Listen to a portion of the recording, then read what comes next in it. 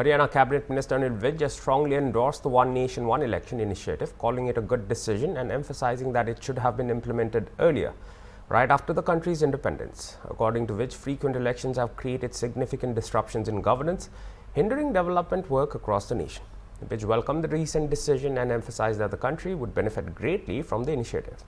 The decision taken today is a welcome decision, he added, suggesting that a unified election system would allow the government to focus on governance and development rather than being constantly caught up in election cycles. On the Congress's ongoing objections regarding the integrity of electronic voting machines, which dismissed the concerns as baseless. Congress wants to take the country back to the Stone Age, which remarked, adding that the opposition party was resorting to primitive tactics. Congress wants to decide victory or defeat by throwing stones, he continued, criticizing the party's stance on EVMs. Meanwhile, Vij also addressed the ongoing farmers' protest and the march to Delhi, stating that the government has always been open to dialogue with the farmers.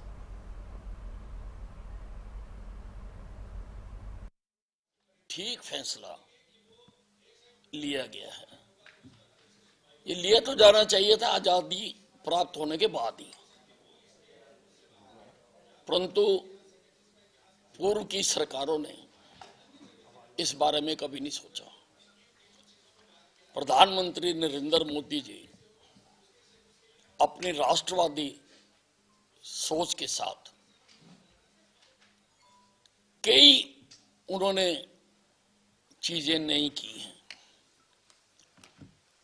अब ये जो चुनाव है, one nation one चुनाव, one election, सारा साल ही election होते रहते हैं। आप अंदाजा लगाइए, पहले लोकसभा का हुआ, फिर हरियाणा का हुआ, फिर महाराष्ट्र का हुआ, अब दिल्ली का हो रहा है। देश कुछ और सोच ही नहीं पाता और काम भी प्रभावित होता है। कोड ऑफ कंडक्ट लगता है, कई कई महीने कोड ऑफ कंडक्ट लगा रहता है और सारे काम रुकते हैं। अब नरेंद्र मोदी जी देश को विकसित भारत की ओर लेके जाना चाहते हैं, तो तेजी से आगे बढ़े। जिन चीजों से व्यवधान पड़ता है, जिन चीजों से देश आगे बढ़ने से रुकता है, देश का काम रुकता है, उन चीजों को हटाना बहुत आवश्यक है। इसलिए आज ये जो कैबिनेट ने फैसला किया है, ये बहुत ही स्वागत योग्य फैसला है और हर हिंदुस्तानी को, हर भारतवासी को इसका स्वागत करना चाहिए। कांग्रेस तो पाषाण युग में लेके जाना चाहती है, जब पत्थरों से फैसले हुआ करते थे। कांग्रेस तो चाहती है कि जीत हार का फैसला भी पत्थर मार के होना चाहिए।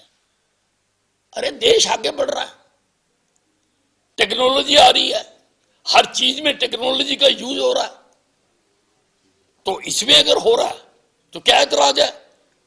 अगर कहीं गलत है, इतनी बार आपको अवसर दिया गया, क्या बताओ ना, हिंदुस्तान के लोग जानना चाहते हैं कांग्रेस पार्टी से कि आप आरोप लगाते हो, तो आप बताओ ना। इलेक्शन कमीशन ने इतनी बार आपको चांस दिया और जब भी ईवीएम से चुनाव होने के लिए शुरू होती है प्रक्रिया, हर स्टेज पर हर पार्टी के नुमाइंदे से चेक कराई जाती है। तो आपके नुमाइंदे इसका मतलब सारे बुद्धू हैं? आप तो ये मान रहे हो? हर स्टेज पर ईवीएम चेक करवाई जाती है, वोट डालने से पहले भी चेक करवाई जाती है।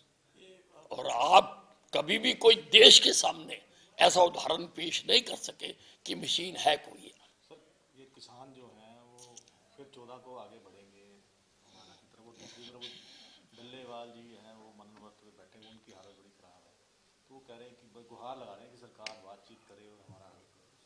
सरकार लगातार बातचीत करती है इनसे, सरकार के मंत्रियों ने भी आके बातचीत करी है और सुप्रीम कोर्ट ने भी समिति बनाई हुई है, वो समिति भी इनसे बात कर रही है।